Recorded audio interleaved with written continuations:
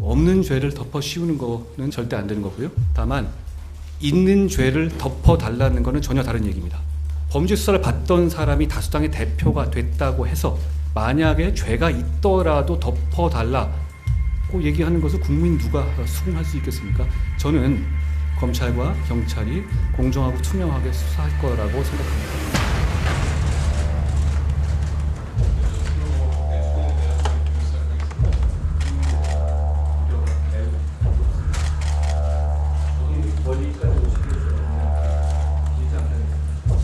안녕하세요.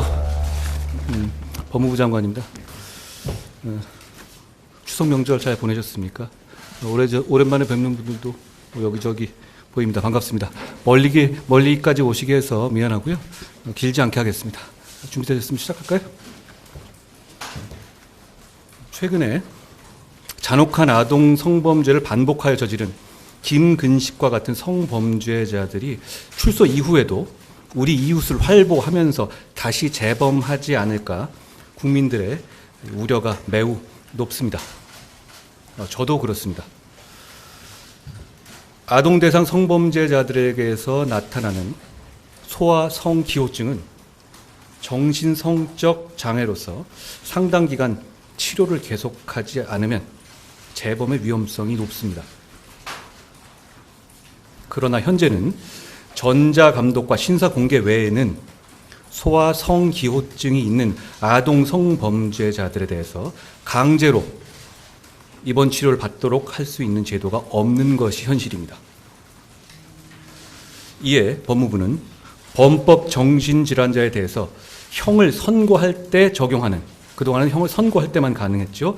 적용하던 현행 치료 감호 제도를 확대해서 소아 성기호증 아동 성범죄자의 경우 여기에 국한하는 겁니다. 형기 종료 이후에도 치료 감호를 청구할 수 있도록 함으로써 지속적인 치료를 통해서 재범 위험성을 낮춰서 사회와 국민을 보호하고자 하는 것입니다.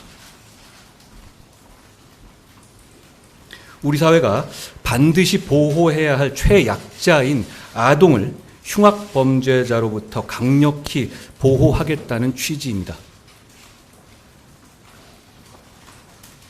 배포해드린 자료를 보시면 구체적으로 치료감호법 개정을 추진하겠다는 것인데요. 그 내용을 말씀드리겠습니다. 첫째, 아동 성범죄를 저지른 전자감독 대상자가 아동 또는 피해자 접근 금지 명령 등의 준수사항을 위반하고 소아 성기호증이 의심되는 경우에 형기 종료 이후라도 치료감호를 청구해서 선고할 수 있는 특례 제도를 치료감호법 개정을 통해서 마련하겠습니다. 13세 미만 아동 대상으로 성폭력 범죄를 저지른 전자감독 대상자가 소아 성기호증이 인정되고 준수사항을 위반해서 재범의 위험성이 높아 치료가 필요한 경우에는 치료감호시설에 입원시켜서 적절한 교육 개선 및 치료를 받을 수 있도록 치료감호 특례 규정을 치료감호법에 도입하겠습니다. 참고로 현재 전자감독 중인 아동 성범죄자 중에서 피해자가 19세 미만인 경우는 492명, 13세 미만인 경우는 251명입니다. 상당히 많은 숫자죠. 이 제도는 저희가 갑자기 저희가 세계 최초로 도입하는 제도가 아닙니다. 미국에서 오래전부터 동일한 제도가 광범위하게 운용 중인데요. 법에 이건 이제 성범죄자 비자발적 강제 입원 제도라고 부르는데 원어로 말하면 Sexually Violent Predators Law라고 20개 주와 워싱턴 DC 그리고 연방 정부에서 법률로서 운용하고 있는 제도로서 위험한 성범죄자들의 형기 종료 후에 이 사람들을 특정한 요건에서 강제 입원시키는 법률입니다. 그러니까 저희는 이 법률을 한국에 도입하되 소아 기호증 아동 성범죄자에 국한하여 적용함으로써 기본권 침해 소지를 최소화하면서도 흉포한 범죄로부터 사회를 보호하겠다는 취지다라고 이해해 주시면 좋겠습니다. 둘째, 소아 성기호증이 있는 아동 성범죄자가 치료 감호를 받는 경우에 치료 감호의 기간을 치료에 필요한 만큼 추가로 연장해서 계속 입원 치료를 받을 수 있도록 제도를 개선하겠습니다. 현행법은 살인죄를 저지른 피치료 감호자에 대해서만 치료 감호의 기간을 2년 이내에 3회 연장할 수 있도록 규정하고 있습니다. 그러니까 이 경우처럼 아동 성범죄를 범한 피치료 감호자에 대해서는 치료 감호의 기간 연장이 전혀 불가능하게 되어 있습니다. 이에 첫째, 아동 대상 성범죄를 다시 범할 위험성이 크고, 둘째, 치료의 유지가 필요한 소아 성기호증, 정신성적 장애가 있는 피치료 감호자에 대해서는 치료 기간에 제한을 두지 않고 계속 입원 치료를 받을 수 있도록, 그러니까 횟수 제한 없이 치료 감호 기간을 연장할 수 있도록 치료 감호법을 개정하겠습니다.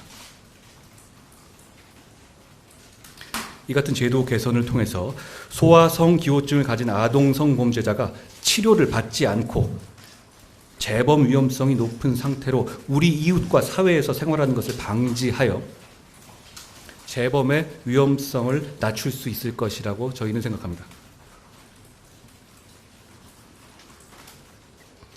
또한 10월 출소 예정인 아동 성범죄자 김근식 씨의 재범을 철저히 방지하기 위해서 다음과 같이 관리 방안을 준비하고 있습니다.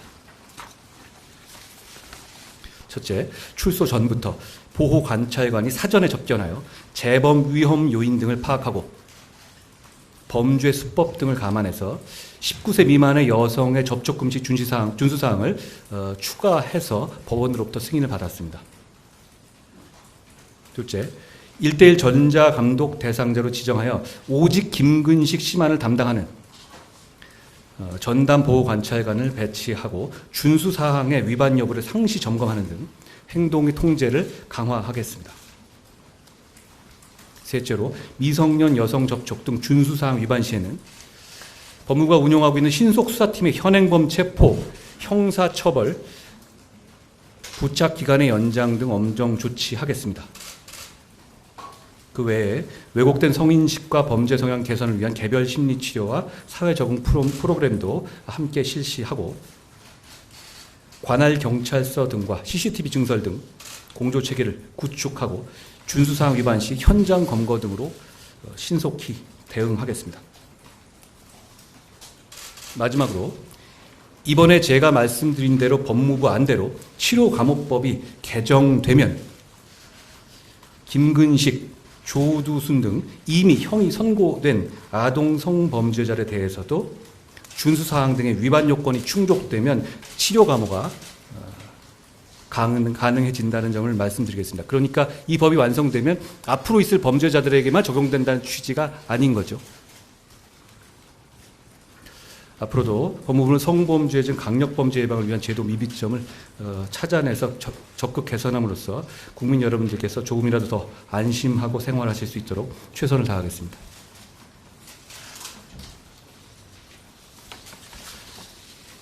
제가 브리핑 드릴 내용은 이 정도고요. 질문해 주시면 제가 답할 수 있는 부분은 제가 말씀을 드릴 거고, 우리 여기 저희와 같이 저희 스태프들, 윤흥중 법무국장을 비롯한 저희 스태프들을 통해서 저희가 답을 들을 수 있도록 말씀 드리겠습니다.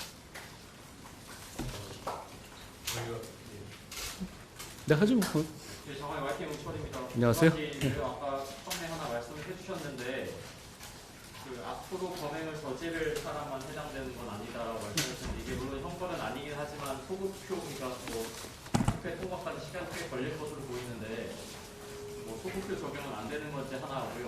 그 다음에 김근식 같은 경우에는 지금 준수사항 현황 보면은 기존의 언론 등을 통해서 나오지 않은 새로운 내용이 외출 시간 제한 연장이랑 주거지 및 여행 제한 말고 더 새롭게 추가된 내용은 없는 것 같은데 그 부분에 대해서 좀 말씀해 주세요. 예, 질문해 주신 것 중에서 이중처벌이나 위헌성 문제인데요. 이 치료 감호 제도는요, 형벌이 아니고 과거에 저지른 범죄에 대한 형벌이 아니라 장래의 재범 위험성에 부과되는 보완 처분입니다. 그러니까 이 제도는 원래 그런 제도입니다. 그렇기 때문에 이중처벌이나 소급표가 문제가 되는 것이 아니죠. 무슨 뜻이냐면 과거에 정한 것에서도 아무런 조건 없이 부과하는 것이 아니고 이런 자격, 그러니까 아동 성범죄를 가진 사람이 준수사항을 위반하고 소아성 기호증이 인정되고 이런 새로운 요건이 인정될 때 한해서 인정되는 보완 처분인 겁니다. 그러니까 과거에 있었던 그 범죄를 재차 처벌하겠다는 규정이 아닌 것이죠. 그러니까 이건 형벌이 아닙니다. 그리고 참고로 말씀드리면 이 부분에 대해서 기본권의 문제는 기본권이라든가 이런 거에 고려할 부분은 당연히 있는 것이고요. 좋은 질문입니다.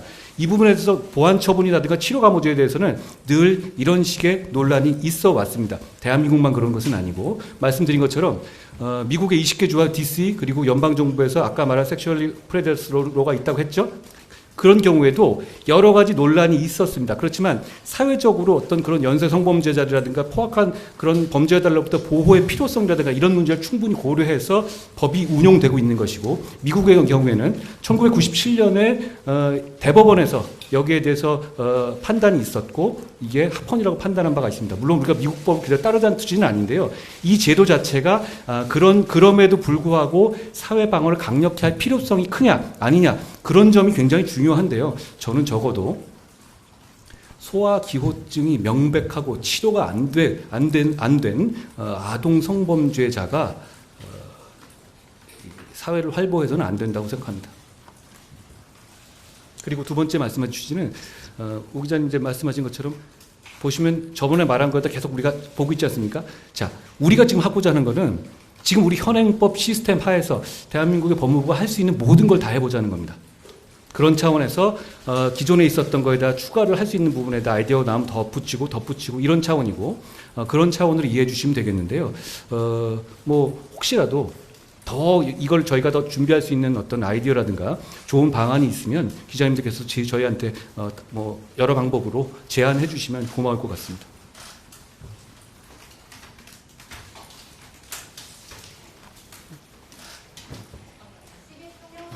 안녕하세요.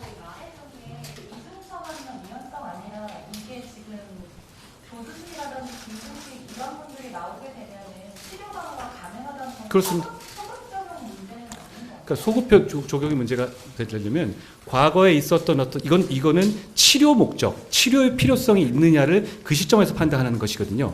그러니까 조두순 씨라 하더라도 예를 들어서 치료의 필요성이 없고 준수사항을 어기지 않는다면 이 법에 대해서 치료 감호가 될 가능성은 없는 것이죠. 어떤 취지인지 이해하시겠죠. 그러면 이거는 형벌 개념으로서 죄형 법정주의상 죄를 새로 만드는 개념이 아니고요. 보완 처분의 새로운 기준을 만드는 것이고 이런 경우에 이제 과거에도 여러 가지 우리나라에서도 여러 가지 이제 헌재 결정이라도 이런 게 있었거든요. 그러니까 보완 처분이라는 것은 그것이 예를 들어서 그 보완 처분이 만들어진 전에 거는 손대지 않는다 이런 개념이 아닌 겁니다. 그러니까 이제 기자님 말씀하신 것처럼 이것이 어떻게 보면은 기본권적인 면에서 생각해 봐야 된다. 그건 맞는 말이에요. 맞는 말이고 그거는 이 제도 우리나라뿐만 아니라 다른 나라에서도 충분히 검토되는 문제인데 그러니까 제가 말씀드린 것처럼 미국에서 아까 SBP 같은 경우는 성범죄자 일반에다가 그 내용을 20개 주와 미국 연방제도가 연방 정부가 벌려놨거든요. 저희는 오로지 소아 성범죄자, 소아 기호증이 인정되는 경우에만 국한해서 지금 말씀하신 그런 기본권 침해에 대한 논란을 최소화하겠다는 겁니다. 그럼에도 불구하고 꼭 필요한 제도고 그리고 입법례라든가 헌재 결정으로 볼 때 충분히 현행법, 헌법상 가능한 제도라는 것이 저희의 판단인 것이죠.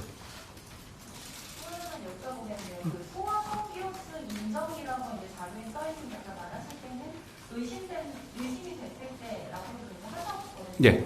그러면 이게 인정이 맞는 걸로 그 법안이 개정되는 건지 그럼 그 예. 인정은 병원에서 어떤 진단을 받는 건지 어떤 기준으로 되는지가 궁금합니다. 저희는 어떤 취지냐면 소아성 기호증이라는 것을 검사가 그냥 인정하게 되면 그냥 사또같이 되겠죠. 원님 재판같이. 그게 아니라 소아성 기호증은 의심되는 표지가 있고 그 경우에 검사가 판사에게 청구한다는 뜻입니다. 그리고 법원에 그리고 그 과정에서 병원이라든가 그 이 전문가의 의견을 받아서 하는 것이고요.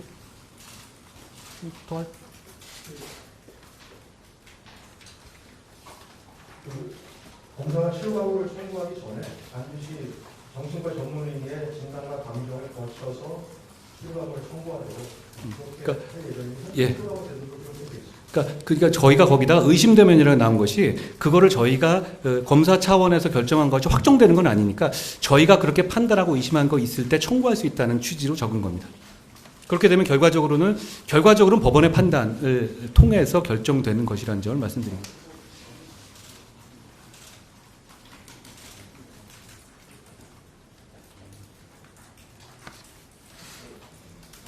주방입니다. 예, 안녕하세요.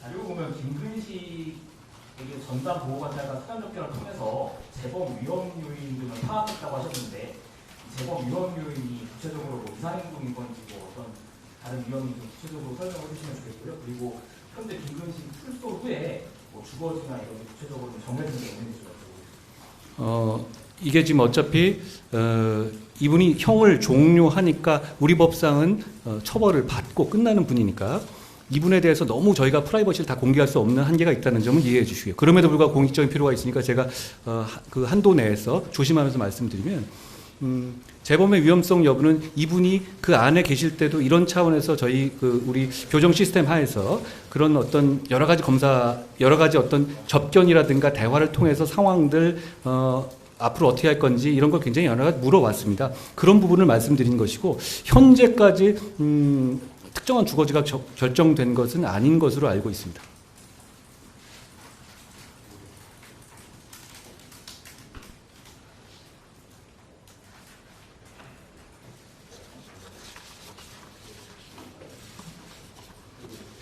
후세 미만 여성 접촉금지라는 새로운 준수사항에 대해서 구체적으로 접촉금지라는 게 잘 와닿지가 않아서 구체적으로 대화까지도 안 된다는 건지 아니면 물리적인 접촉을 말씀하시는 건지 의도적인 접촉을 말하는 겁니다.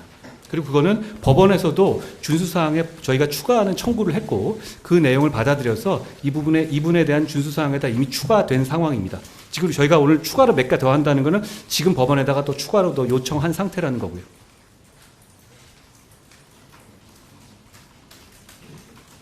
이게 근데 의도적인 접촉이라는 게 좀 다른 규정보다는 조금 이시적인 문제인 것 같아서 이게 보호관찰관 1대1로 붙는다고 하지만 이렇게 통제하는 실효성이 구체적으로 어떻게 통제를 해나갈 수 있을까요? 누군가 신고를 할 수도 있을 것이고요. 그리고 이분이 어디 거주를 하게 되면 그 주변에서 경찰 등 CCTV로 지금 조두순 씨 하듯이 여러 가지 감시 체제가 마련될 겁니다. 그리고 아시다시피 예방책만으로 모든 범죄를 다 예방할 수는 없습니다. 그게 우리 현실 세계 아니겠습니까? 그렇지만 정부가 이런 정도로까지도 아주 강력하고 할 수 있는 거 다 하고 있다라는 메시지를 본인한테 주는 건 굉장히 큰 효과가 있습니다. 술 먹고 깽판 치는 사람들이 조폭한테는 시비 안 걸잖아요. 그러니까 중요한 건 우리가 가만히 있지 않겠다는 어떤 의지를 정확하게 그런 분들에게 보여주는 것은 저는 필요하고 실효성이 있다고 생각합니다.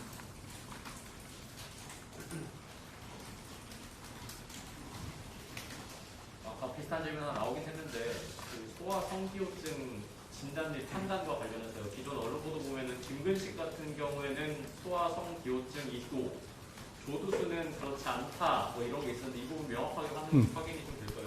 소아성기호증이라는 말씀을 쓰는 건 이제 말하기도 좀 약간 불쾌한 용어긴 합니다만 그게 법률에 있는 이 용어입니다. 그러니까 그런 식의 병증이 있다는 것은 정신성적으로 인정되는 것이고요.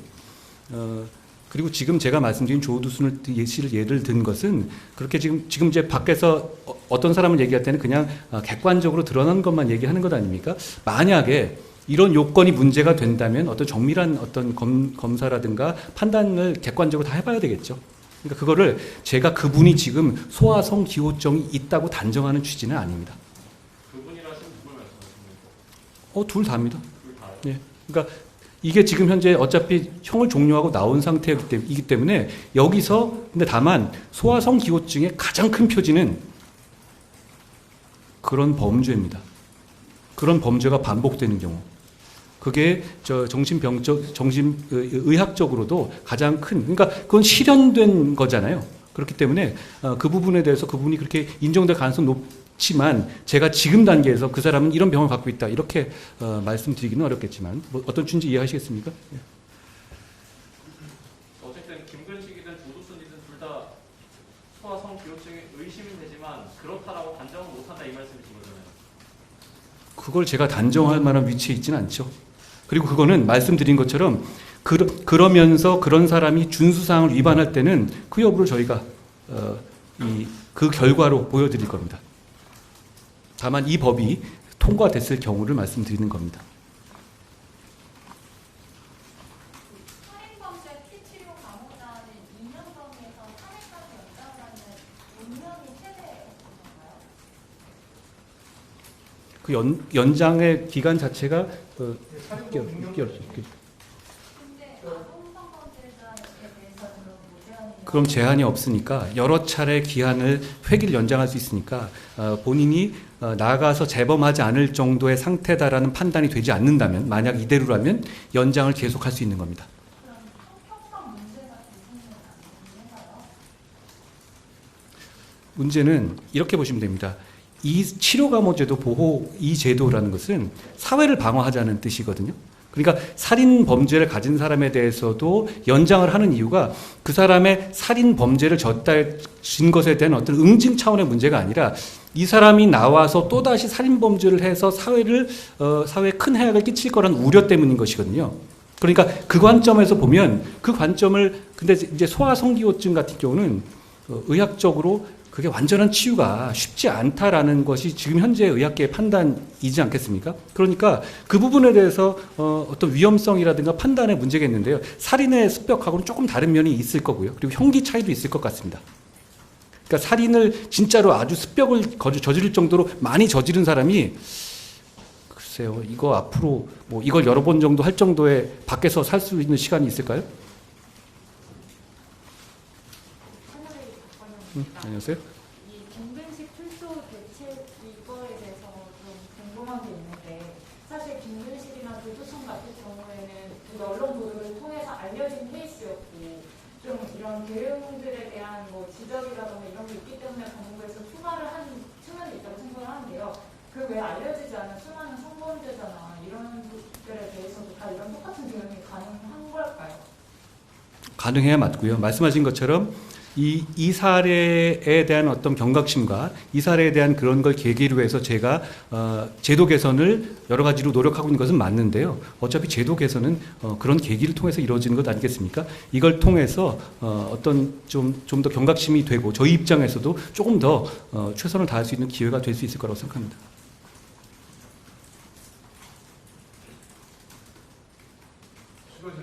말씀하세요. 예. 다른 하나 좀 여쭤봐도 뭐 오신 김에. 예. 송영대 기자고요. 예. 질문 두 가지 있는데 첫 번째는 이제 야당에서 저희 장관님 탄핵론 얘기하고 있고 한 야당 의원께서 라디오에 나와서 이제 묵과할 수 없는 수준의 노론에 이르렀다고 하셨는데 이에 대한 장관 입장 알려주시겠습니까? 제가 말씀드린 것처럼 뭐 다수당이 힘으로 탄핵하겠다고 하면 뭐 저는 당당하게 그 절차에서 임할 것이라는 기본 입장을 말씀드렸고요. 추가로 말씀드리자면 정치가 국민을 지키는 도구여야지 수사받는 정치인을 지키는 도구여서는 안 된다고 생각합니다. 뭐 비슷한 질문이긴 한데 두 번째로 야당에서 또 이제 이재명 대표 선거법 사건 기소하고 풍랑 FP 사건 검찰 송치한과 관련해서 이게 이재명 대표를 탄압하려는 시나리오가 있고 그 시나리오의 배우가 장관님이다라고 얘기를 했더라고요. 이에 대해서도 혹시 입장 있으신지 궁금합니다. 저를 너무 과대평가하시는 것 같고요. 그리고 없는 죄를 덮어 씌우는 거는 안 되는 거라는 거. 제가 그걸 당해봤기 때문에 제일 잘 압니다. 절대 안 되는 거고요. 다만 있는 죄를 덮어달라는 거는 전혀 다른 얘기입니다. 범죄 수사를 받던 사람이 다수당의 대표가 됐다고 해서 만약에 죄가 있더라도 덮어달라고 얘기하는 것을 국민 누가 수긍할 수 있겠습니까? 저는 검찰과 경찰이 공정하고 투명하게 수사할 거라고 생각합니다.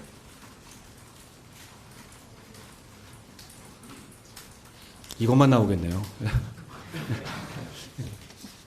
더 있으신가요? 고생 많으셨습니다. 모르겠습니다.